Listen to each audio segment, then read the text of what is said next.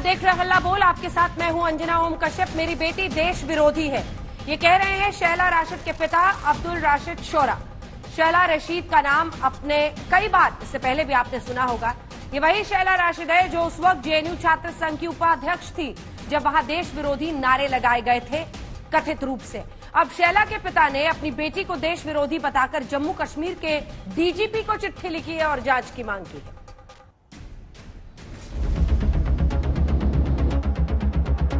लड़ाई सिर्फ किसान संगठनों की या किसानों की ही नहीं रही, ये समूचे समाज की लड़ाई बन चुकी है और पूरा देश इस आंदोलन में शामिल है।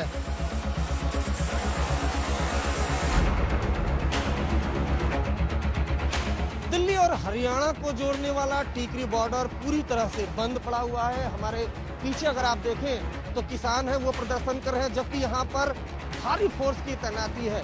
बीएसएफ के जवान यहाँ पर पूरी तरह से तैनात किए गए हैं। उसके अलावा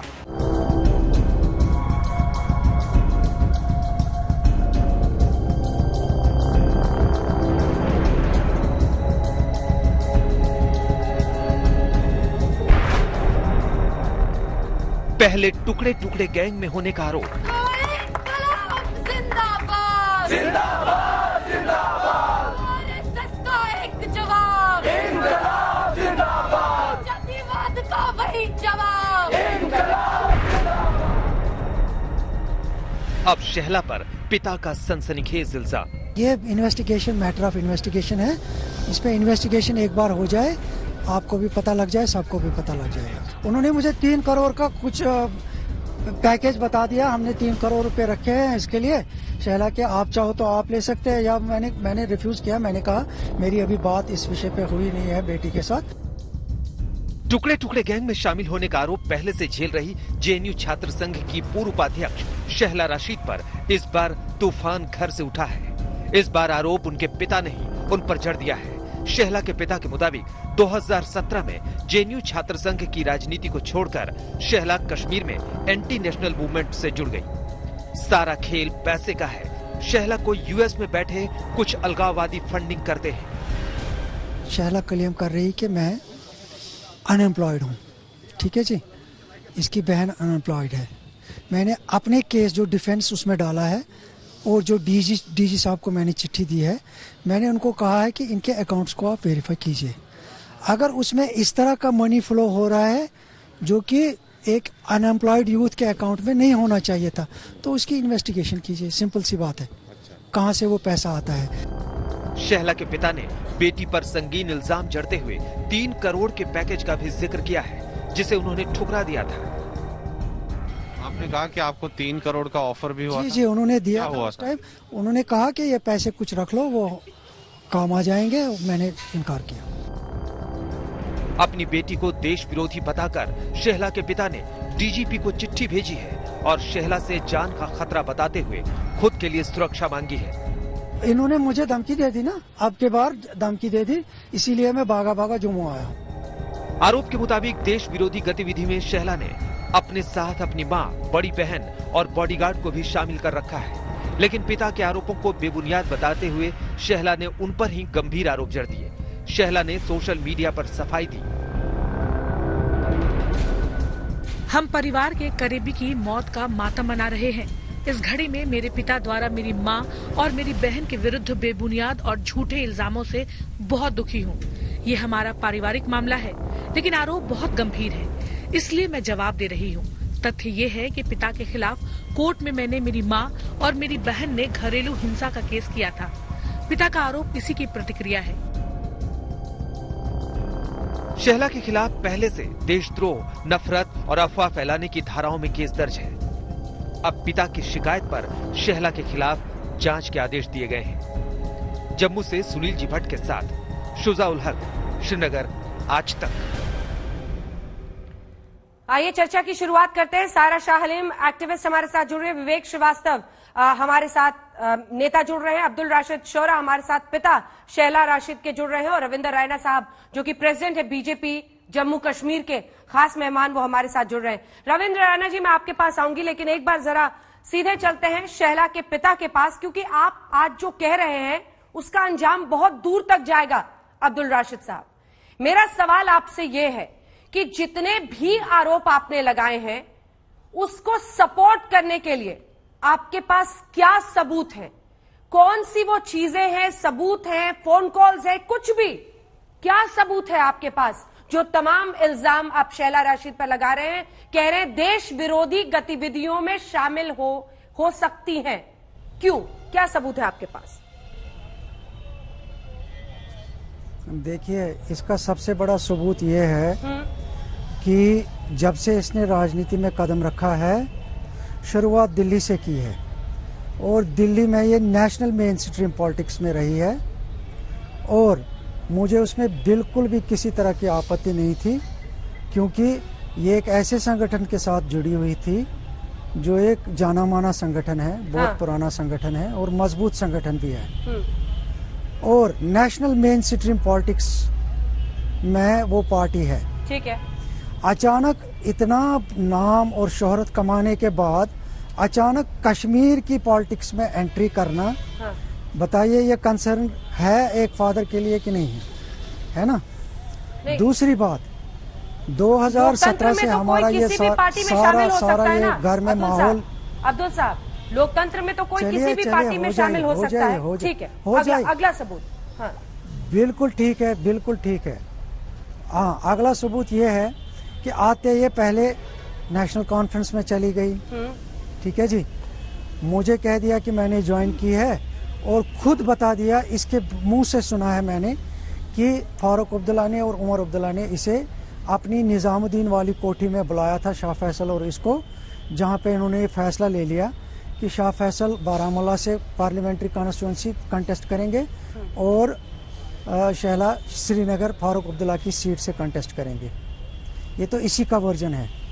मैंने जब ये सुना, इससे पहले जब मुझे लगने लगा था कि ये कश्मीर पॉलिटिक्स में आने वाली है, क्योंकि सारी बातें सोशल मीडिया से मैंने सुनी, मेरा कोई और सोर्स नहीं था, कुछ इंटरव्यूज हो गए कुछ चैनल्स के इसके साथ, जहां इसने इशारों में तो कह दिया कि शायद एनसी में जाने वाले हैं। तो मैंने उसी मौके पे इसको ये सवाल पूछा कि तुम्हारा वाकई में एनसी ज्वाइन करने का प्रोग्राम है? इसने मुझे उस वक्त कहा कि मैं कातिलों की पार्टी में नहीं जाना चाहती हूँ। कातिलों की पार्टी का आप इस तरह मतलब निकाल लीजिए, क्योंकि वो दो तरह के, वो 2008 के, वो 2010 के जो फसाद हो गए थे कश्मीर में, उसमें काफी सारा यूथ कंज्यूम हो गया था हमारा। तो इस करके इसने ये लेबल चढ़ा दिया नेशनल कॉन्फ्रेंस के ऊपर कि ये कातिलों की पार्टी है। ठीक है। अब जब आ गई और कातिलों की पार्टी इसने ज्वाइन की और मेरे सामने एंडोर्स किया कि इस तरह बात हो गई, मुझे यह सब चीजें उसके बाद ये बाज़ाब्ता मीटिंग्स भी अटेंड करने लगी नेशनल कॉन्फ्रेंस के हेडक्वार्टर पे। एक दिन मेरे से ये सवाल भी पूछा कि अली मोहम्मद सागर मुझे पूछ रहे थे कि मुश्ताक अहमद शोरा एक एक्टिविस्ट था नेशनल कॉन्फ्रेंस का, वो आपके क्या लगते हैं? मुझे मालूम नहीं था पापा वो हमारे क्या लगते हैं। मैंने कहा वो मेरे मौसेरे भाई थे और सागर साहब को जब आप नेक्स्ट टाइम मिलोगे उनको कहना वो मेरे पापा के मौसेरे भाई। ये तो आपके माता, एक सेकंड, ये तो पिता और बेटी की आप बातें दिखा रहे हैं जिसमें आपको उनके करियर में क्या चॉइसेस थे वो बता रहे हैं। मुझे सर ये बताइए कि देश विरोधी वो काम कर रही थी। आगे देखिए ना क्या कहने, देश विरोधी कैसे आगे देखिए ना क्या कहने जा रहा हूँ मैं। उसके बाद यहाँ तक भी ठीक था। मैंने कहा चलो, हाँ, मेरा इस स्टेज पे मेरा इसके खिलाफ ये एतराज था कि अगर तुमने अब नेशनल कॉन्फ्रेंस ज्वाइन की है, इस तरह ये खुलेआम घूम रही थी और शुजात बुखारी का मसला हो गया था उन्हीं दिनों। मैंने कहा देखो ये रीसेंट वाक़ा है, यहाँ इस तरह मत घूमो। अगर तुमने नेशनल कॉन्फ्रेंस ज्वाइन की है, आप एक पीसी करवा लो और सीधे एक सिक्योरिटी जोन में चला जाओ। इस तरह घूमना फिरना मुझे ठीक नहीं लगता है। अभी ये बात चल ही रही थी आपस में हमारे, तो मुझे ये जम्मू कश्मीर पीपल्स मूवमेंट की तरफ से, मतलब रशीद इंजीनियर और वटाली साहब की तरफ से एक ऑफर आ गई मिलने की। उन्होंने मुझे एक दोस्त के थ्रू मिलने के लिए कहा और मैं उस दोस्त ने मुझे मोटिवेट किया उनको मिलने के लिए। मैं सनत नगर रेजिडेंस में गया, वटाली साहब की रेजिडेंस में, और वहाँ पे रशीद इंजीनियर साहब भी मुझे मिले। इन्होंने मुझे ये सारा माजरा बता दिया रशीद और वटाली साहब से आपकी कब हुई है? को हम ये जो आपकी मीटिंग थी ये कब हुई है? ये जून में, जून 2017 में। हाँ, और डेढ़ महीने के अप्रोक्सीमेटली 2 महीने के बाद वटाली साहब अरेस्ट हो गए थे एनआईए की तरफ से। हाँ। ठीक है, इसके 1.5 महीने मुझे एग्जैक्टली पता नहीं, अगस्त में शायद वो अरेस्ट हो गए थे। तो उनके साथ मेरी ये बात हो गई कि उन्होंने बहुत कुछ बोला इनके बारे में, दोनों के बारे में। ये यूथ आइकॉन है, कश्मीर पॉलिटिक्स को ये नई दिशा देंगे, हमने इनको अपनी पार्टी में ले लिया है। ठीक है। और लगे हाथ इन्होंने वो 3 करोड़ रुपए का जिक्र भी किया है। फिलहाल हमने एक 3 करोड़ रुपए का एक इनिशियल अमाउंट रखा है जो आप यूज कर सकते हैं अगर कॉन्स्टिट्यूएंसी में जाना चाहते हैं, क्योंकि उन्होंने मुझे कॉन्स्टिट्यूएंसी का नाम भी बताया उस वक्त कि ये हबा कदल मेरी जो होम कॉन्स्टिट्यूएंसी है वहां से कंटेस्ट करने जा रही है। इस 3 करोड़ के ऑफर का कोई भी सबूत आपके पास है? क्योंकि आपने ये बताया है कि आपने वो पैसे नहीं लिए थे। इस 3 करोड़ का कोई सबूत है आपके पास? आप कौन सा सबूत में? मैंने लिया नहीं तो सबूत कैसे जुटा पाऊंगा आपको? जो मेरी बातें उनके साथ हो गई। और देखिए ना, प्रैक्टिकल शेप भी उसी तरह से इन्होंने ले लिया। अब आप देखो, सीक्वेंशियल एविडेंस देख लीजिए आप। इसने Jammu Kashmir people's movement join की, और ये जो पैसे का जिक्र मैंने इसके साथ किया, इसने कहा जी अब सब कुछ हो गया है, मैंने ये पार्टी ज्वाइन की है, इसके बाद आपको सलाह है कि आप बातें मत करो इसके ऊपर ज्यादा कुछ। हालांकि मैं शाह फैसल को भी मिला, उसके बाद मैंने उसको भी बताने की कोशिश की, उन्होंने मुझे टरकाया, कहा मैं अभी आऊँगा, वो करूँगा, ये करूँगा। वो खुद मिले नहीं मुझे, मैंने टेलीफोन पे भी बहुत बार बात करने की कोशिश की, उन्होंने मुझे अवॉइड किया। मुझे सिर्फ उनको ये कहना था कि ये आपके लिए पॉलिटिक्स में फिट नहीं है, यहाँ कश्मीर के पॉलिटिक्स में फिट नहीं है। आप देखो सीक्वेंशियल एविडेंस में क्या देने जा रहा हूँ। पहले तो Jammu Kashmir people's movement launch हो गई, उसके बाद रशीद इंजीनियर की पार्टी का अवामी इत्तेहाद पार्टी का अमलगमेट हो जाना। अब आप ही इसके नतीजे बता दीजिए, ये कैसे हुआ, क्यों हुआ? क्योंकि रशीद इंजीनियर की पार्टी के वाज़े तौर पे, साफ तौर पे पैटर्न थे ज़हूर वटाली और पीरजादा साहब, जो अब प्रेसिडेंट हो गए हैं जम्मू कश्मीर पीपल्स पार्टी के। है ना, ये एक ही संगठन है ना जिसमें मेरी बेटी भी चली गई थी। अब एज अ फादर मेरे ये सारे कंसर्न है कि नहीं? तो वही कंसर्न में दिखा रहा हूँ। वो शैला राशिद तो कह रही है कि आप घरेलू हिंसा करते थे और उन्होंने कंप्लेन करी, इसीलिए आप बदला ले रहे हैं। जी देखिए ना, कंप्लेंट आप भी कर सकते हैं मेरे खिलाफ, लेकिन कंप्लेंट का कोई आधार होना चाहिए। इन्होंने 3rd मुंसिफ की अदालत में मेरे खिलाफ केस डाला है डोमेस्टिक वायलेंस। दिखाइए, फुल स्क्रीन दिखाइए। ये है उस ऑर्डर का स्टे, क्योंकि ये बेसलेस एलिगेशन था। और उस ऑर्डर को पढ़ लीजिए जो मेरे खिलाफ इन्होंने लाया था, वो कंप्लीटली एक यूनिलैटरल डिसीजन था। ना जज ने मेरी सुनी, ना मैंने कोई स्टेटमेंट रखा उनके सामने, बिल्कुल एक तरफा फैसला था जिसमें मुझे बहुत जबरदस्त कल्प्रिट उन्होंने डिक्लेयर किया था। तो नेचर ऑफ द ऑर्डर से ही लग रहा था कि ये बायस्ड ऑर्डर है, जिसको मैंने चैलेंज किया। ये है उस ऑर्डर के खिलाफ स्टे। ठीक है। इस स्टे में मुझे इंस्ट्रक्शंस मिल गई थी कि आप ग्राउंड फ्लोर में रहें और ये लोग जो है बाकी लोग फैमिली के, ये ऊपर 1st फ्लोर में रहेंगे। ठीक है, विवेक इस ऑर्डर में मेंशन है। ठीक है, विवेक श्रीवास्तव। तो इस ऑर्डर को मैंने मैं आ रही हूँ सर, मैं आ रही हूँ आपके पास। विवेक श्रीवास्तव, एक सेकंड, उसके बाद मैं राणा साहब फौरन आपके पास आऊंगी। विवेक श्रीवास्तव जी, एक पिता है, उन्होंने देखा कि किस तरह से इंजीनियर राशिद से और वटाली से कनेक्शंस दिख रहे हैं। उन्होंने अपनी पूरी बात बताई है। सवाल सिर्फ उनके पर्सनल घरेलू हिंसा का मामला नहीं अब ये बनता है। ये सवाल है कि अगर 3 करोड़ का पैकेज ऑफर किया गया था और जिस तरह से लगातार अपने ट्विटर की भी वजह से इंडियन आर्मी ने सामने आकर खुद इनकार किया था, जो आरोप उन्होंने ट्विटर पर लगाया था, फेक बातें फैलाकर नफरत और जहर लगाने के आरोप में उन पर सेडिशन का चार्ज भी लग चुका है। ऐसे में क्यों न पिता के उस कंसर्न से पूरा देश जुड़े, क्योंकि अगर देश विरोधी गतिविधियों में शामिल होने का शक होता है तो बहुत गंभीर है। मिस्टर श्रीवास्तव, देखिए, ये this is not as simple as your stating. ये इतनी सिंपल बात नहीं है जिस तरीके से आपने इसको पेश किया है। ये बड़ी कॉम्प्लिकेटेड बात है। पहले जैसे इनके पिता कह रहे थे कि पहले लेफ्ट के साथ जुड़ी हुई थी, हम लोगों की पार्टियों के साथ थी और हम लोग मेन स्ट्रीम पार्टियां हैं, चुनाव लड़ते हैं, बेशक हमारी सोच विचार वामपंथी और कम्युनिस्ट है। 35 साल हमने बंगाल में राज किया है, अभी बिहार में 16 सीटें आई हैं लेफ्ट की। So we believe in the election process and democracy and constitution of Ambedkar. तो शहीला हम लोगों के साथ थी, लेकिन उसके बाद अब इन्होंने जो है शी जंप्ड द वैगन और इन्होंने कश्मीर की पॉलिटिक्स को एंटर किया, जिसको इनके पिता क्रिटिसाइज कर रहे हैं। तो अगर एज अ वामपंथी एज अ कम्युनिस्ट लीडर आप मुझसे बात कहेंगे तो मैं बोलूंगा भाई अब तो हमारा क्या लेना देना, जब आप जा चुकी हो तो जा चुकी हो। लेकिन अगर न्यूट्रल पर्सपेक्टिव से इस प्रॉब्लम को देखा जाए तो ये एक domestic dispute out of the way blow up कर दिया गया है। इनके पिता इनके साथ पॉलिटिकली इन्वॉल्व रहे, इनकी बातों से पता लग रहा है। भाई शाह फैजल से ये भी फोन पे बात कर रहे थे, उनसे ये भी मिलना चाहते थे। शैला की सारी पॉलिटिकल गतिविधियों पे इनकी भी नजर थी, और जो शैला की मदर हो गई, सिस्टर हो गई, वो अभी भी शैला के साथ खड़ी हैं। तो ये this is a complicated domestic story.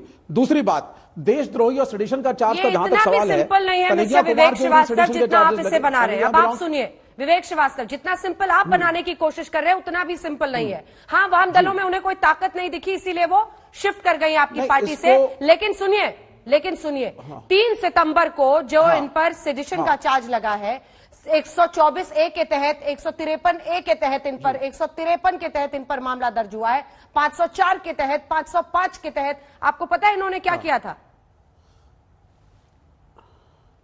वो तो देखिए जो किया था वो मेरे को मालूम है, लेकिन सेडिशन का चार्ज लगना तो मोदी सरकार का फैशन बन चुका है। क्या किया था? और देशद्रोही तो हमें भी बोला जाता है। क्या किया था? नहीं, आप वो जो आर्मी वाला ट्विटर जो आप ट्विटर हैंडल की बात कर रही हैं, क्या उसकी बात मत करिए विवेक श्रीवास्तव। मैं ये उम्मीद करती हूँ कि आप रिसर्च करके आए होंगे। कहती है आप रिसर्च करके आए होंगे, क्या लिखा था? आप मुझे मालूम है, मैं सब रिसर्च करके आया हूँ। तो बताइए ना, क्या आप बताइए। देशद्रोही तो आप कन्हैया कुमार को भी बोलते हैं, जिन्होंने नारे नहीं लगाए। मैं जो पूछ रही हूँ, आप भाग रहे फिर इधर उधर। गैंग जब है ही नहीं, आप भाग रहे, मुझे पता है। आकर के मास्क पहन करके नारे लगाए, तो टुकड़े टुकड़े गैंग आप क्यों बोलते हैं? आप भाग रहे टुकड़े गैंग, देयर इज नो टुकड़े टुकड़े गैंग। और कोई टुकड़े टुकड़े गैंग है तो वो आरएसएस है। इसका जवाब रविंद्र रैना देंगे। इसका जवाब रविंद्र रैना देंगे कि कौन सा टुकड़े टुकड़े गैंग। आज तक ये किसी को चला करके पीछे नहीं पहुंचा पाए। लेकिन मिस्टर श्रीवास्तव, रॉय को भी एंटी नेशनल मैं पूछ रही हूँ, नहीं आप मत भटकाइए, इसको पॉलिटिकल मत बनाइए, नेशनल है, इसको पॉलिटिकल मत बनाइए। मेरे सवाल का जवाब दीजिए। इसको ब्लैक एंड व्हाइट मत डालिए, विवेक श्रीवास्तव, जब शैला रशीद ने सेना पर गलत जानकारी फैलाकर नफरत और भड़काने की कोशिश की घाटी में, इसको आप छोटा मोटा मामला समझते हैं? इसको आप ब्लैक एंड व्हाइट और ये मत कहिए वो मत कहिए कह रहे हैं। उन्होंने आर्मी के खिलाफ लिखा, कहा कि लोगों के घर को रैंसैक किया जा रहा है। एक सेकेंड, अब मैं जो बोल रही हूँ वो सुनिए मिस्टर श्रीवास्तव प्लीज। उन्होंने लिखा कि सेना घरों में घुसकर रैंसैक कर रही है। उन्होंने लिखा कि लड़कों को घर से निकालकर जबरदस्ती उनसे पूछताछ हो रही है। भारतीय सेना ने ऑन रिकॉर्ड आकर उसको डिनाई किया, जिसके बाद स्पेशल सेल ने ये केस दर्ज किया। She is not the first person, इसे उनको माफ कर दिया जाए, इसे माफ कर दिया जाए। दिस नेशनल कॉन्फ्रेंस के साथ आप सुनिए फिर मेरी बात को, फिर आप सुनिए मैं जवाब देता हूं। जिस नेशनल कॉन्फ्रेंस के फारूक अब्दुल्ला से आज बीजेपी डिस्टेंस बना रही है, अटल बिहारी वाजपेयी की सरकार में मिनिस्टर थे, इनकी पार्टी ने भी ये सवाल उठाए हैं। जिस पीडीपी के साथ भारतीय जनता पार्टी ने सरकार बनाई कश्मीर में, उसने भी ये सवाल उठा रखे हैं। ठीक है, तो वो जहर फैला रहे थे, ये भी जहर फैला सकती है। आंखें बंद रखो देश, क्योंकि जहर फैलाने की इजाजत है इस देश में, क्योंकि नफरत फैलाने की इजाजत है, क्योंकि अनुच्छेद 370 हटने के बाद जम्मू कश्मीर की स्थिति वोलेटाइल है, तो और आग उसमें छिड़को और पेट्रोल डालो। नहीं, बिल्कुल नहीं, बिल्कुल हाँ, यही कह रहे हैं। फैलाना गलत है, विवेक श्रीवास्तव, विक्टिमाइज करना। अपने आप को सुनते तो बेहतर बोलते, अपने आप को आप सुनते तो बेहतर बोलते। आप कह रहे हैं चूंकि उन्होंने किया इसलिए ये कर सकती है। भारतीय जनता पार्टी थोड़ी तो बेहतर दलील सोच कर आते हैं। रविंद्र रैना वो कह रही है कोई एमएलए साहब वो कह रहे हैं कि कोई टुकड़े टुकड़े गैंग नहीं है। बीजेपी के अध्यक्ष आप जेएनके के, ये पूरी अब जो तस्वीर बन रही है, नैरेटिव बन रहा है, वो यही बन रहा है कि बीजेपी के शय पर शैला रशीद के पिता ये सब कुछ कह रहे हैं और वो कह रही है ये साजिश है बीजेपी की मुझे चुप कराने की। आप लोग मिले हुए हैं उनके पिता से, जवाब दीजिए। अंजना जी, एक बार फिर पाकिस्तान से दलाली खाकर जम्मू कश्मीर में मौत का और खून का खेल खेलने वाले ये सारे देश के गद्दार आज एक्सपोज हुए हैं। कभी कोई पिता अपने बच्चों के बारे में हमेशा बुरा नहीं सोचता है, लेकिन जब पानी सर से ऊपर चला गया, जब सारी बातें हद पार कर गई, तो शैला रशीद के पिता ने ये सारे खुलासे किए हैं। उन्होंने सीक्वेंस सारी बातों का खुलासा किया है। जहूर बटाली हो, इंजीनियर रशीद हो, शैला रशीद हो, या जो हुर्रियत कॉन्फ्रेंस के लोग हो, हुर्रियत कॉन्फ्रेंस के लोग हो, अलगाववादी जो इनके नेता हो, या आतंकवादी हो, या कुछ राजनीतिक दलों के भी जम्मू कश्मीर के अंदर कुछ नेता हैं, ये पाकिस्तान से दलाली खाकर, पाकिस्तान से हवाला का पैसा लेकर कश्मीर घाटी को बर्बाद करने की कोशिशें करते हैं। जो भारतीय सेना, जो हमारे जवान अपने सीने पर गोली खाकर देश की रक्षा करते हैं, जम्मू कश्मीर के लोग अगर आज सुरक्षित हैं तो भारतीय सेना, बीएसएफ, हमारे पैरामिलिट्री फोर्सेस के जवानों की कुर्बानियों के कारण। और ये जो टुकड़े टुकड़े गैंग और ये जो वामपंथी हैं, इनका काम ही है देश के साथ गद्दारी करना। इन वामपंथियों ने पाकिस्तान और चीन के साथ इनकी मिली भगत है, इन वामपंथियों की। पार्टी दूध और जब शैला रशीद ये सब कुछ लिखती थी सेना के खिलाफ, तो वो वामपंथियों की नेता थी। कश्मीर को कब्रिस्तान बनाने की साजिश ये पाकिस्तान से पैसे लेकर शैला रशीद और इंजीनियर रशीद, जहूर बटाली और हुर्रियत के लोग करते हैं। आज इनकी काली करतूतें सारी जनता के सामने आज आ गई है। जम्मू कश्मीर को ये लोग लहूलुहान करना चाहते हैं। पाकिस्तान जम्मू कश्मीर का सबसे बड़ा दुश्मन है। और ये जो वामपंथी हैं, इनकी हमदर्दी हमेशा आतंकवादियों, अलगाववादियों और पाकिस्तानियों के प्रति रहती है। और हिंदू ऐसा है आतंकवादी मारा जाता है, वामपंथी चले जाते हैं आतंकवादियों के। रविंद्र रैना जी, सिर्फ सवाल खड़ा करने से नहीं होगा। अगर आपके आरोपों में दम है तो आपकी पुलिस को कुछ जांच करके निकालना भी पड़ेगा। सबूत के नाम पर क्या है? देश के अंदर एनआरकी, नस और कियास इन वामपंथियों ने बनाने की हमेशा साजिश की। माजिद हैदरी साहब, माजिद हैदरी, अरे जेएनयू के अंदर क्या करते हैं? 35 साल तब रूल करा है, जब तुम्हारे वामपंथियों ने भारत माता की पीठ पर हमेशा छुआ होगा। ये नक्सलाइट किसकी देन है? ये नक्सलाइट किसकी देन है? ये चीन के हमदर्द कौन है? ये माओवादियों के हमदर्द कौन है?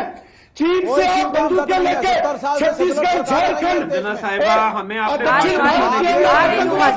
झगड़े ना कराएं। सबसे बड़े गद्दार इस देश के हैं तो ये वामपंथी लोग हैं।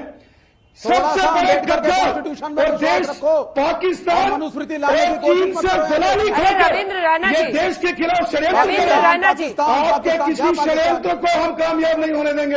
अब वामपंथी दलों को भी आप देश विरोधी बोल देंगे तो तब तो फिर आप पूरा संविधान ही बदल दीजिए।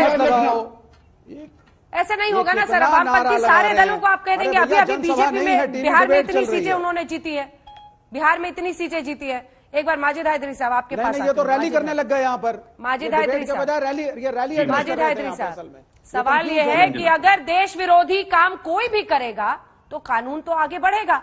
और एक पिता है, पिता के तौर पर इनको शक हो रहा था कि वहां पर देश विरोधी बातें और इंजीनियर राशिद से जैसे कड़ियां जुड़ती हैं, बटाली से जुड़ती हैं, तो उधर संदेह जाता है। माजिद हैदरी, घर को आग लग गई घर के चिराग से, घर को आग लग गई घर के चिराग से। ये सिर्फ घर की एक फैमिली डिस्प्यूट का मामला नहीं है, बाप और बेटी के बीच में लड़ाई का मामला नहीं है, क्योंकि इसमें एक हवाला फंडिंग का एंगल आया, जो आपने बिल्कुल बताया कि 3 करोड़ रुपए की फंडिंग, वो भी उस आदमी ने जो एनआईए के आज अभी पिछले 3 साल से कस्टडी में है। देखिए, इसमें रविंद्र रैना जी ने बहुत ही लंबा भाषण दिया। मुझे लगा मैं तो भाषण सुनने आया हूं। मैं सिर्फ 2 सवालों पर इनके इन भाषण की फूंक निकाल दूं। पहली चीज, शैला रशीद के पिताजी ने कहा कि शैला रशीद के पीओ से भी उन्हें खतरा है। तो पहला सवाल यह बनता है कि शैला रशीद को पुलिस प्रोटेक्शन दी किसने? भाजपा ने। दूसरा सवाल, ये जो पार्टी जो बनी, ये जम्मू कश्मीर पॉलिटिकल मूवमेंट जो पिछले साल 4 फैसल की पार्टी बनी, कोई पार्टी गवर्नमेंट के नोट के बगैर नहीं बनती। तो किसने बनवाई? भाजपा ने बनवाई। ये शैला रशीद जैसे लोग भारतीय जनता पार्टी ने सिक्योरिटी नहीं दी है। टीम है भाजपा की।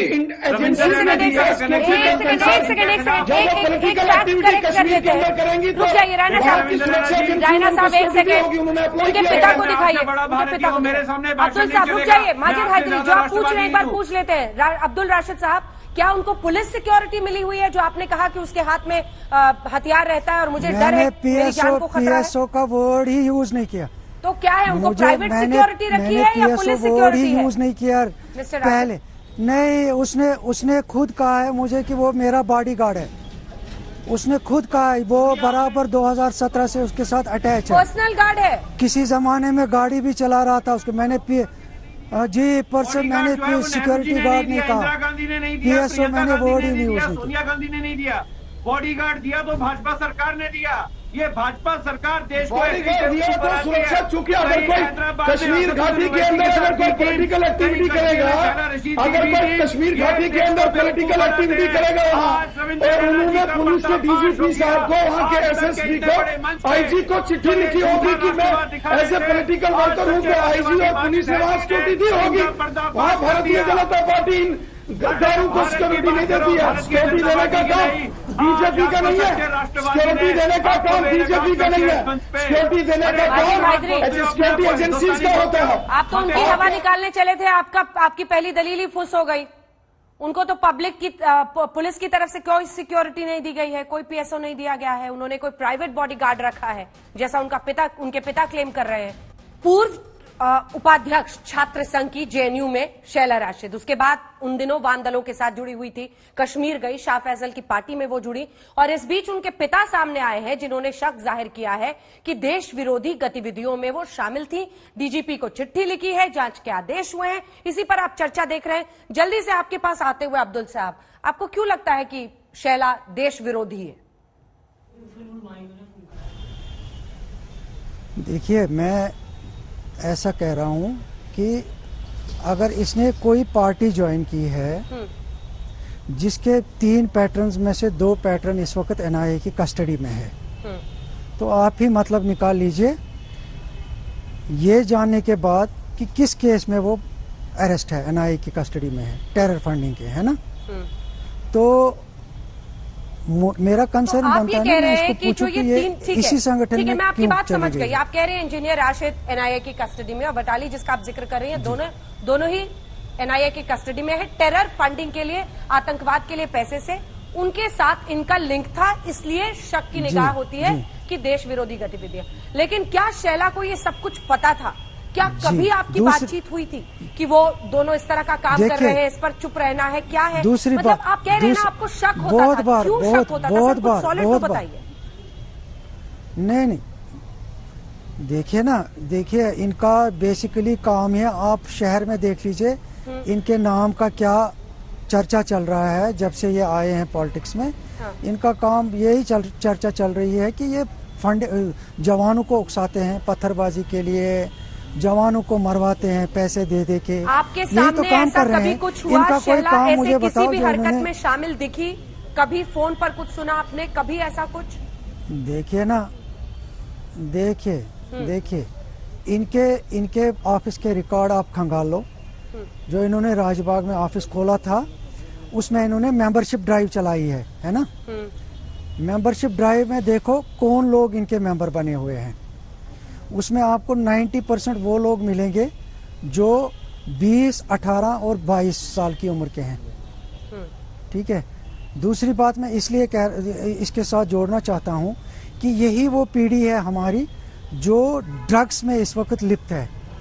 क्यों? इनका फ्यूचर दिखाई नहीं दे रहा है कश्मीर में।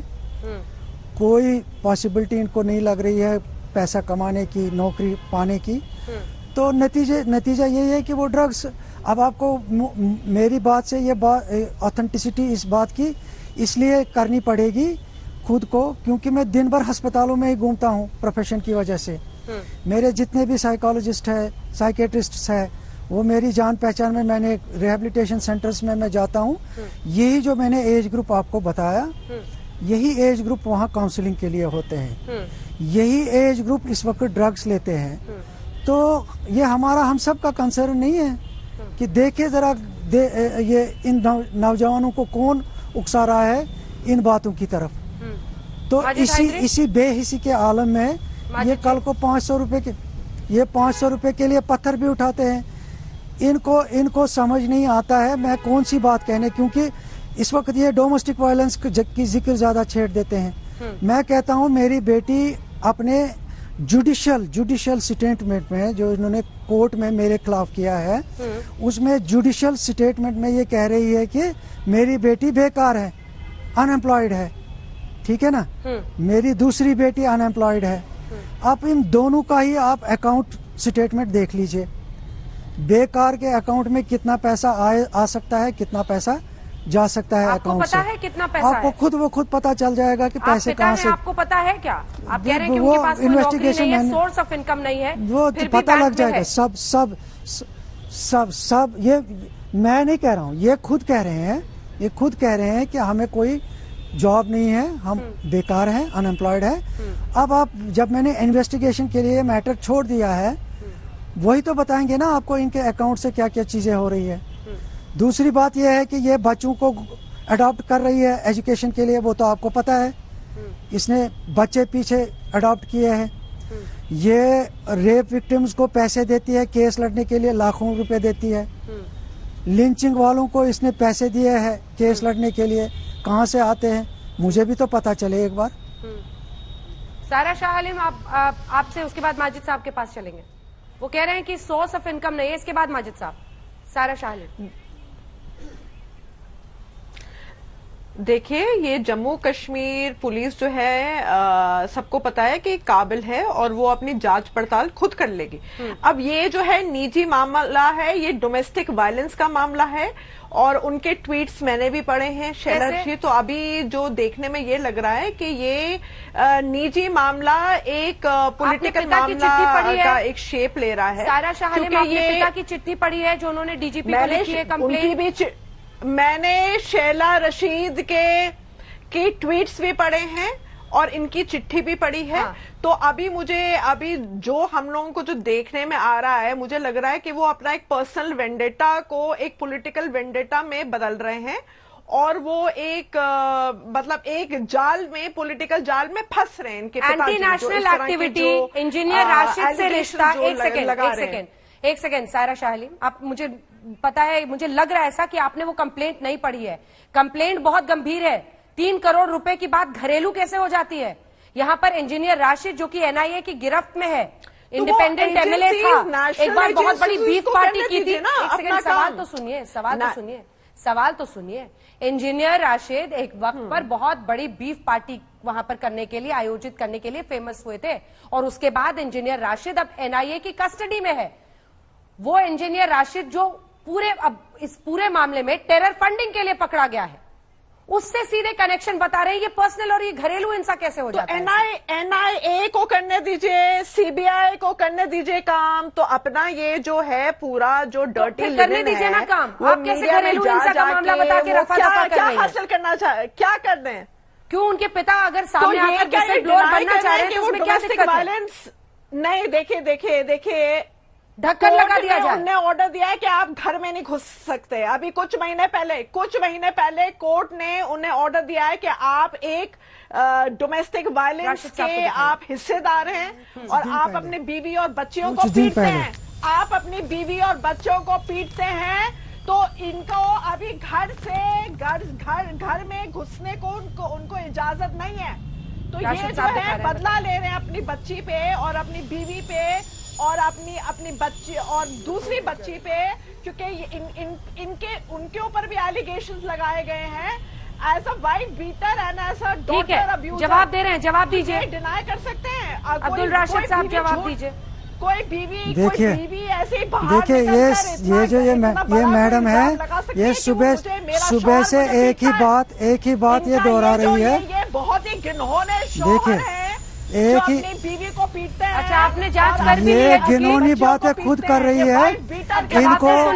इनको इस तरह वर्डिक्ट पास कर रही है जैसे आपने ही पूरा इनको ना शर्म है ना हया है। आरोप की तरह ही बोलिए, जवाब सुन लीजिए। जवाब इनको ना शर्म है ना हया है, इनको ना शर्म है ना हया है। सुबह से ये अनाप शनाप बोल रही है मेरे खिलाफ। ये दिखाइए, ये ऑर्डर है कोर्ट का, कोर्ट ने मुझे रेस्टोर किया है। इनको इतनी भी अकल नहीं है कि ये लीगल डॉक्यूमेंट को, उसकी लीगैलिटी को, उसकी ऑथेंटिसिटी को नहीं समझ पा रही है। मैं वाइफ बीटर हूँ, 37 साल से मैं रिलेशनशिप में हूँ। ये भी किसी की वाइफ होगी। 37 साल ऐसे ही निकल जाते हैं रिलेशनशिप में। मार मार के निकल जाते हैं, गालियां दे दे के निकल जाती है। इनको बोलो शर्म के दायरे में रहो। इनको बोलो, ये मैडम को बोलो शर्म के दायरे में रहो। आप सच्चे इंसान सुनो, मैंने वो परतें खोलनी है। सुनिए, मैंने वो परतें खोलनी है। आप मेरा प्रोफाइल देख लीजिए। आप मेरी, अरे मैडम, इंसान है जो आप लायकदार इंसान है। आपकी आप अपने आप को लायक समझ रही है। कोशिश करिए। सुनिए, एक औरत होने के नाते आप थोड़ा सा औरत होने के नाते समझ लिए 37 साल डोमेस्टिक वायलेंस में निकाल सकती है कोई औरत? क्या बात कर रही हैं आप होश में हैं? क्या बात कर रही है मेरे खिलाफ? अगर मैं इतना सीरियल ऑफेंडर हूँ, 10-15 FIR तो होनी चाहिए ना। सब झूठ बोले, आप भी झूठ बोल रही है, आप भी झूठ बोल रही है, और बेटियां भी झूठ। मुझे मीडिया में जाकर, अरे आप अपना डिंडोरा पीट रहे हैं, पता नहीं किस इन्फ्लुएंस में आ गई है आप डिंडोरा पीट रहे हैं। मैं आपको औरत होने के नाते कह रही हूँ, क्या आप 37 साल निकालेंगे अपने शौहर के साथ डोमेस्टिक वायलेंस के माहौल में? खुद की बात कीजिए, बाकी की बात मत कीजिए। आपको 1995 गलत सुबह से आप अनाप शनाप बोले जा रही है। मैंने जो पढ़ा था उनका शैला रशीद के ट्वीट में, जो मॉस की कमेटी ने आपको वार्निंग दी थी 1995 में। शैला रशीद ने तो ये भी ट्वीट कर दिया था कि आर्मी वहां पर लोगों के घरों को रैंसैक कर रही है। इंडियन आर्मी ने डिनाई किया और फिर उन पर तमाम जो धाराएं लगी वो भी आपने पढ़ी होंगी, शायरा शाह हलीम। या सिर्फ इतना ही वाला हिस्सा ट्विटर का पढ़ा?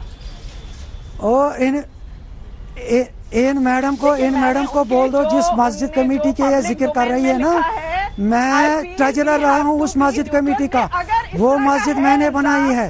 तो नेशनल एजेंसीज को अपना काम करने दीजिए ना। रविंद्र राणा जी, तो आप फैसला मत सुनाइए ना, आप फैसला मत सुनाइए, आप फैसला मत सुनाइए, या सच सामने आएगा के बारे में कर सकते। आप फैसला मत सुनाइए अंजना जी, जो सबसे बड़ी बात, आप फैसला मत सुनाइए, इन्वेस्टिगेशन की बात कीजिए। जिस तरीके से शैला रशीद के पिताजी ने ये सारा घटनाक्रम उजागर किया है और डीजीपी को ये चिट्ठी लिखी है कि इस सारे मामले की जांच होनी चाहिए, वो सारे अकाउंट्स जिनके अंदर विदेश से फंडिंग होती है, जहां पैसा ट्रांसफर हुआ है, उनकी इन्वेस्टिगेशन होनी चाहिए। इस सारे मामले की इन्वेस्टिगेशन तो वो मांग रहे हैं, लेकिन कुछ लोगों को बड़ी तकलीफ हो रही है। वो शैला रशीद को ऐसे पेश कर रहे हैं जैसे कि वो एक मसीहा है। शैला रशीद एक कातिल है जिसने देश के खिलाफ बहुत बड़े प्रोपेगेंडे किए, जिसने भारतीय सेना के खिलाफ षड्यंत्र किए हैं। आज अगर शैला रशीद के पिताजी उसके किसी काले कारनामे को, उसके राष्ट्रद्रोह को, उसकी गद्दारी को, उसके पाकिस्तान प्रेम को, अलगाववादियों और आतंकवादियों। बड़ी खबर इस वक्त आपको बता दें, किसान सरकार की बातचीत बेनतीजा रही है। ये जो बातचीत विज्ञान भवन में चल रही थी, जिसमें किसान और सरकार की तरफ से कृषि मंत्री और तमाम मंत्री सरकार के शामिल थे, वो क्या बताया जा रहा है सुनिए। ये आप देख रहे हैं नरेंद्र सिंह तोमर, कृषि मंत्री, सुनिए क्या बता रहे हैं।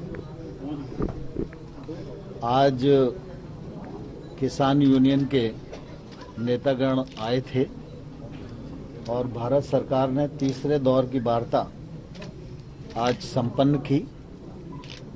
वार्ता काफ़ी ठीक रही और एक दूसरे के प्रति काफ़ी समझ बनी है, और हम सब लोगों ने ये तय किया है कि अब परसों वार्ता का चौथा चरण शुरू होगा और परसों तक ये लोग भी इशू अपने लेकर आएंगे और उन पर जिंदवार फिर चर्चा की जाएगी।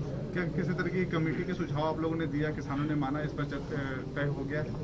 नहीं, सामान्य तौर पर हम सब लोग चाहते थे कि एक छोटा ग्रुप बने, लेकिन सभी यूनियंस का कहना यह था कि सब लोग एक साथ मिलकर बात करेंगे, तो सरकार को सबसे मिलकर बात करने में भी कोई आपत्ति नहीं। क्या लगता है कि सरकार ये प्रदर्शन को समाप्त करा लेगी, किसानों को खुश कर लेगी? स्वाभाविक रूप से हम तो किसान भाइयों को ये आग्रह करते ही हैं कि वो आंदोलन स्थगित करें और वार्ता के लिए आएं, लेकिन ये फैसला करना किसान यूनियन पर और किसानों पर निर्भर है। धन्यवाद।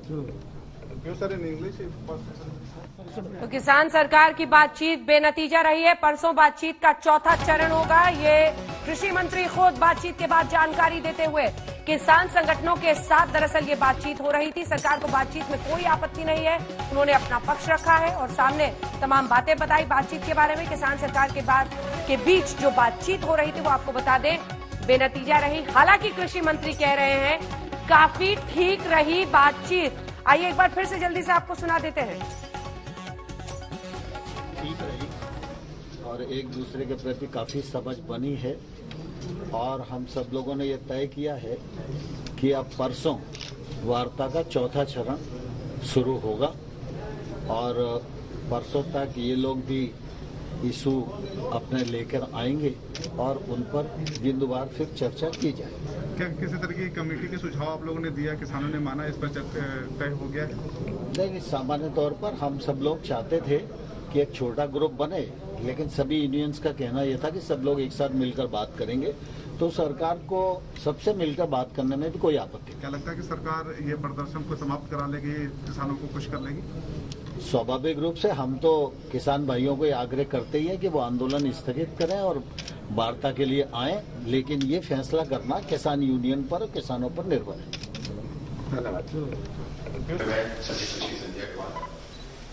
सरकार ने तीसरे दौर की वार्ता की है, नरेंद्र सिंह तोमर बता रहे थे। साथ ही उन्होंने ये भी कहा कि किसान ये चाह रहे थे कि और भी जो अन्य लोग हैं वो भी इस बातचीत में शामिल हों।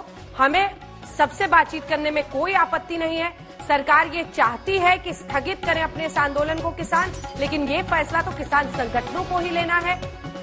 यानी कुल मिलाकर परिस्थिति ये है कि किसान संगठन चाहते हैं कि और भी किसान इस बातचीत में शामिल हों, अपनी मांगों को लेकर किसान अड़े हुए। इसलिए किसान नेता क्या कहते हैं? पॉइंट बनाएगी कि इस एक्ट में तीनों अध्यादेश में क्या क्या दिक्कतें किसानों को हैं। परसों के दिन उस कमियों को दूर करने के लिए मंत्री जी और हम लोग साथ में बैठेंगे परसों के दिन और इस प्रकार से वो दूर किया जाएगा। तो सर धरना क्या प्रोटेस्ट किस तरह? धरना कंटिन्यू जारी रहेगा, धरना नहीं उठेगा, मगर कल हम लोग अध्ययन करके पॉइंट बनाएंगे और पॉइंट बनाकर कल परसों के दिन बैठ के। सर क्या बातचीत हुई आज, बात क्या हुई जिसपे आप लोग धरना? अरे बात तो यही हुई, वो हमने कहा कि किसी भी हालत में हम धरना नहीं उठाएंगे, धरना नहीं उठेगा। पूरे देश से लोग आ रहे हैं। ये 3 अध्यादेश डेथ वारंट है, इसको आपको वापस लेना होगा। तो मंत्री जी ने कहा कि भाई अध्यादेश जारी होता है और तत्काल कैंसिल नहीं हो पाता है, उस पर हमको बैठना पड़ेगा, तो कमेटी बनाएंगे। तो यही कमेटी रहेगी हमारी, अधिकारियों की कमेटी होगी और बैठ के अध्यादेश में जो विसंगतियां हैं उनको कैसे दूर किया जाए ये देखा जाए। क्या बोले सर? कृषि मंत्री क्या बोले? यही तो बोले कि कमेटी बना के विसंगतियां दूर करेंगे। लगता है कुछ उम्मीद जगी है सर? हाँ, डायलॉग है, चर्चा है, कमेटी ये सब तय करेगी और सरकार के अधिकारी होंगे और मंत्री जी खुद होंगे और जिनमें हमको आपत्ति है वो आपत्तियां दूर करेंगे। लेकिन धरना चालू रहेगा सर? धरना चालू रहेगा और धरना में और विस्तार भी करेंगे। सर अपना नाम बता दीजिए। शिव कुमार कक्का जी, राष्ट्रीय अध्यक्ष किसान मजदूर महासंघ। सरकार ਨੂੰ ਆਦੀ ਪ੍ਰਪੋਜ਼ਲ ਲਿਆਉਣੀ ਚਾਹੀਦੀ ਹੈ, ਇਸ ਤੋਂ ਪਹਿਲਾਂ ਲਿਆਉਣੀ ਚਾਹੀਦੀ ਸੀ। ਇਸ ਕਰਕੇ ਅਸੀਂ ਕਹਿਣਾ ਚਾਹੁੰਦੇ ਹਾਂ ਕਿ ਇਹ ਸ਼ਾਂਤਮਈ ਅੰਦੋਲਨ ਜਾਰੀ ਰਹਿਣਾ ਹੈ। ਦਿੱਲੀ ਦੇ ਵਿੱਚੋਂ ਕਿਸਾਨ ਖਾਲੀ ਨਹੀਂ ਮੁੜਨਗੇ। ਇਹ ਸਰਕਾਰ ਫੈਸਲਾ ਕਰ ਲੇ ਮਸਲਾ ਹੱਲ ਕਰਨਾ ਹੈ ਜਾਂ ਉਹਨੇ ਆਪਦੀ ਤਾਕਤ ਨਾਲ ਉਠਾਉਣਾ ਹੈ। 3 घंटे तक मीटिंग हुई है, 3 घंटे में कोई फैसला नहीं लिया। आइए आपको सीधे लिए चलते हैं। हिमांशु हमारे सहयोगी इस वक्त हमारे साथ जुड़ रहे हैं विज्ञान भवन के बाहर से, जहां पर यह बातचीत चल रही थी। हिमांशु, साफ है कि सरकार ने कहा है कि हम कमेटी बनाएंगे, आप अपने बिंदु लेकर आइए। तीनों बिल में कहां कहां पर आपको बदलाव चाहिए, कहां पर आपको प्रॉब्लम है, पॉइंटेड तरीके से बताइए। क्या समझे, ये बातचीत टल गई, किसान अड़े रहे? देखिए आज तो वैसे भी अंजना जो उम्मीद थी कि फैसला हो जाएगा, आंदोलन खत्म हो जाएगा, उसकी उम्मीद बहुत कम थी। लेकिन इतना जरूरी है, डेडलॉक टूट गया है, बातचीत का क्रम जारी है। किसान संगठनों की तरफ से ये कहा जा रहा है कि अब बातचीत हो रही है, एक समिति बनाने की बात हो रही है जिसमें किसान संगठनों के लोग रहेंगे, सरकार के अधिकारी रहेंगे, खुद मंत्री रहेंगे, कृषि एक्सपर्ट रहेंगे। इसमें किसान जो है अपनी अपनी बातों को लेकर आए, किन बिंदुओं पर उनको आपत्ति है उनको दूर किया जाएगा, उनका जो भ्रम है उसमें उसको दूर किया जाएगा। आज भी प्रेजेंटेशन दी गई है, लेकिन ये जरूर है कि बातचीत का क्रम जारी रहेगा, लेकिन दूसरी तरफ किसान संगठनों के नेता ये भी कह रहे हैं कि जो आंदोलन है वो तब तक जारी रहेगा जब तक उनकी मांगों को मान नहीं लिया जाता है। तो समिति बनाना एक अलग चीज है, लेकिन आंदोलन अगर जारी रहा तो आने वाले दिनों में ये कहा जा सकता है कि सरकार को ये सोचना होगा कि आंदोलन को किस तरीके से इन नेताओं को बनाकर जल्द से जल्द खत्म कराया जाए, क्योंकि इन लोगों की मांग तो यही है कि एमएसपी को लेकर सरकार जो है संशोधन करे बिल में, और साथ ही साथ जो उनकी मांगे हैं उसको पूरा किया जाए। लेकिन कुछ संगठनों की सीधी मांग है कि इन बिलों को जो है सीधा वापस कर ले सरकार, और इन कानूनों को खत्म करके जो पुरानी स्ट्रेटेजी थी उसी पे काम किया जाएगा। लेकिन सबसे बड़ी बात अंजना ये है कि सरकार की एक कामयाबी है कि 6 दिन के आंदोलन के बाद जो है आज किसान संगठनों के नेता उनसे बात करने आए। कम से कम ये सहमति तो बनी कि एक समिति बनाई जाएगी जिसमें किसान संगठनों के नेता होंगे, सरकार के अधिकारी होंगे, मंत्री होंगे, एक्सपर्ट्स होंगे, और उसके बाद जो है बातचीत का क्रम आगे चलेगा। तो ये माना जा सकता है कि 3 तारीख को जब बैठक होगी तो समिति की घोषणा हो जाएगी, और कुछ उसके बाद जो है आंदोलन की धार जो है कुछ ये कह सकते हैं कि कमजोर नहीं कहकर ये कह सकते हैं कि धीमे पड़ेगी, और किसानों को यह आश्वासन जरूर दिया जाएगा कि उनकी बातों को सुना जा रहा है, उनका समाधान किया जा रहा है। सुनिए हिमांशु, एक बार जरा किसान को सुनिए। ये तो कह रहे हैं कि आंदोलन का भी और विस्तार होगा, एक बार सुनिए। बात तो हम सब रखा है, किसान के साथ जितना समस्या हुआ, जुल्म हुआ, अत्याचार हुआ, आंदोलन कैसे आगे बढ़ा, ये सारे बात हम सारे संगठन ने रखा। अगली मीटिंग कब होगी? परसों एक मीटिंग होगा, सारे लोग का मीटिंग परसों होगा 1 बजे। सीरियल ये चलते हैं, श्वेता सिंह हमारी सहयोगी भी हमारे साथ जुड़ रही हैं। इस बीच आपको बता दें किसान यूनियन के नेता बोल रहे हैं कि धरना अभी जारी रहेगा, विस्तार भी करेंगे, साफ संकेत दे रहे हैं। यानी अभी भी ये अड़चन और ये टकराव जो है वो लगातार सामने दिख रही है, क्योंकि किसान अभी भी मानने के मूड में नहीं दिख रहे हैं। सुनिए ये क्या कह रहे हैं। ठीक हो जाएगा। प्रोटेस्ट का क्या होगा सर? जी प्रोटेस्ट का सर प्रोजेक्ट तो अभी तक तो जारी रहेगा, ये तो जत्थेबंदियों ने कहा है, प्रोजेक्ट जो जारी रहेगा, और जो परसों बुधवार की मीटिंग होगी उसमें फिर डिस्कशन होके अच्छा हल निकल जाएगा। नेक्स्ट मीटिंग कब है सर? परसों बुधवार परसों तो थर्सडे है सर। हाँ, थर्सडे परसों होगी, कल नहीं।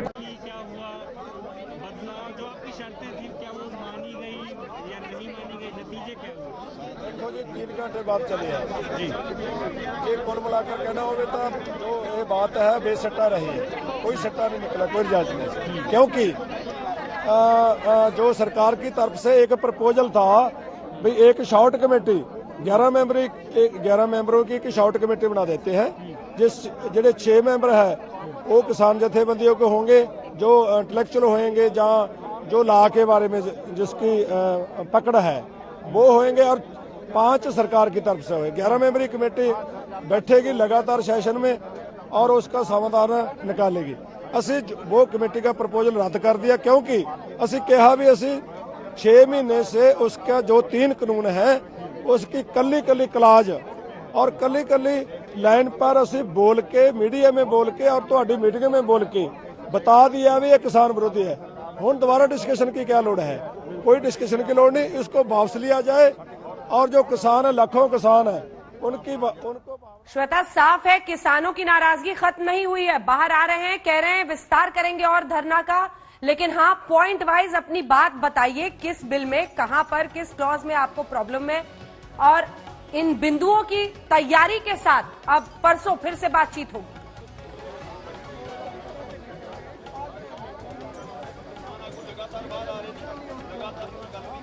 श्वेता जी अंजना, यही बातें सब यहाँ पर कह रहे हैं, क्योंकि जब बातचीत की शुरुआत हुई थी तभी से सरकार की तरफ से स्पष्ट था कि सरकार की तरफ से सिर्फ उन बातों को एक्सप्लेन किया जाएगा, अपनी बात को रखा जाएगा कि एमएसपी को लेकर जो इनके विचार है ऐसा नहीं है, ऐसा सही नहीं है। और किसानों की तरफ से बात यही थी कि वो कह रहे थे एमएसपी को लेकर जो कानून जिस शक्ल में वो देखना चाहते हैं वो उस सूरत में सामने नजर आए। लेकिन अभी जैसे जैसे एक एक करके सब बाहर आ रहे हैं, सबके मुंह से यही बात निकल रही है कि कोई आगे बढ़ती हुई बात नहीं नजर आई है। लेकिन 3 तारीख को चूंकि बात अभी आगे, बस एक दिन के बाद जो बात आगे होनी है उसे लेकर थोड़ा सा आश्वस्त जरूर है कि हाँ हो सकता है रास्ता यहां से निकले। आज वैसे भी जब कृषि मंत्री की तरफ से बयान आया था तो उन्होंने कहा था कि पहले हमें ये तो पता चले कि सामने से क्या कहा जा रहा है, उसके बाद हम विकल्प अपनी तरफ से बताएंगे। तो सामने से जब बातें कही गई हैं तो आज दोबारा अब मंथन और कल का दिन भी जिसमें से निकलकर वो बात सामने आएगी कि आखिरकार क्या वो विकल्प हो सकते हैं जो कोई बीच का रास्ता तलाशा जा सके। आज बहुत अच्छे वातावरण में चर्चा हुई और ये तय हुआ कि अब शेष चर्चा परसों होगी दोपहर में 12 बजे। आपने फार्मर्स को ये बताने की कोशिश करी कि ये कानून उनके खिलाफ नहीं है? हमने उनको बताने की कोशिश की। हमने ये भी कहा छोटी कमेटी बना दो और उसमें डिस्कशन कर लो, लेकिन वो सब लोग का मत ये था कि भाई सभी लोग मिलकर बात करेंगे। तो हमने कहा हमें कोई आपत्ति नहीं है, सब लोग मिलकर बात करेंगे। जो आए थे आज मीटिंग में, जो आज आए थे वही। धरना प्रदर्शन को लेकर कुछ बोला सर कि कुछ खत्म करने के बाद वापस लेने के? नहीं, अभी ये फैसला तो किसानों को करना है। मैं तो लगातार आग्रह कर ही रहा हूँ कि आंदोलन समाप्त करें, लेकिन फैसला किसान यूनियन को करना है। जो अवधारणा बनाई गई है MSP मंडीज को लेकर के, इसके लिए आप लोगों ने क्या बताया फार्मर्स को? अभी इस मामले में कुछ नहीं जी, परसों चर्चा होगी। ठीक है सर, थैंक यू। तो नरेंद्र सिंह तोमर कृषि मंत्री को आप सुन रहे थे, उन्होंने कहा कि किसानों को ही फैसला लेना है कि वो कब इस आंदोलन को वापस लेंगे, लेकिन हमने अपनी तरफ से उन्हें तमाम बातें कही है, आगे भी बातचीत के लिए तैयार है।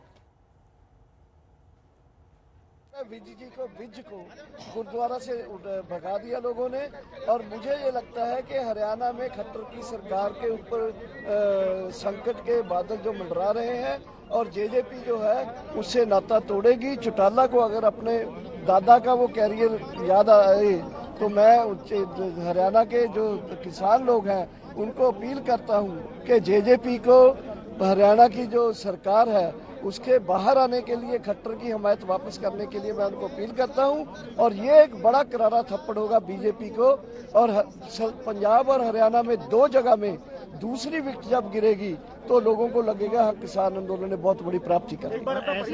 मैं डॉक्टर दर्शन पाल हूँ, मैं क्रांतिकारी किसान यूनियन का अध्यक्ष हूँ। 30 संगठन जो है यहाँ उसका वन ऑफ द मेंबर्स हूँ, और ऑल इंडिया किसान संघर्ष तालमेल कमेटी में मैं वर्किंग ग्रुप में। जेजेपी पे भी आप लोग दबाव बनाएंगे कि वो कट्टर सरकार पे थोड़ा सा दबाव बनाए ताकि आप लोगों की मांगे मानी जा सके? जेजेपी के ऊपर बना ही रहे हमारे किसान, यही तो हम बोल रहे हैं। जेजेपी के ऊपर पूरा प्रेशर दे रहे किसान। पहली सरसा में जो बड़ा बैठक हुआ उसमें जो पानी की बुछाड़े लगाई, वो सरसा में पहला बड़ा धरना हमने यही टारगेट करके किया था कि चौटाला के घरों के सामने एक धरना दिया जाए। वो दिया हमने, वो लगातार धरना चलता रहा 26-27 को दिल्ली में।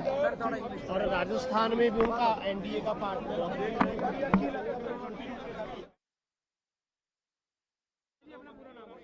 मैं मंजीत सिंह राय। क्या पक्ष रखा है? आज बहुत अच्छे वातावरण में चर्चा हुई और ये तय हुआ कि अब शेष चर्चा परसों होगी दोपहर में 12 बजे।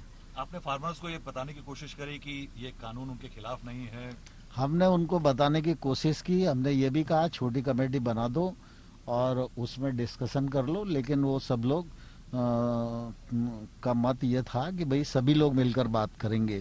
तो हमने कहा हमें कोई आपत्ति नहीं है, सब लोग मिलकर बात करेंगे। जो आए थे आज मीटिंग में, जो आज आए थे वही। धरना प्रदर्शन को लेकर कुछ बोला सर कि कुछ खत्म करने के बाद वापस लेने के? नहीं, अभी ये फैसला तो किसानों को करना है। मैं तो लगातार आग्रह कर ही रहा हूँ कि आंदोलन समाप्त करें, लेकिन फैसला किसान यूनियन को करना है। जो अवधारणा बनाई गई है MSP मंडीज को लेकर के, इसके लिए आप लोगों ने क्या बताया फार्मर्स को? अभी इस मामले में कुछ नहीं जी, परसों चर्चा होगी। ठीक है सर, थैंक यू। कमेटी कोई कमेटी नहीं बनेगी, कोई कमेटी बनाने के लिए सहमति नहीं होगी। आंदोलन जारी रहेगा, ये आंदोलन जारी रहेगा। सरकार तो कुछ लेके जाएंगे।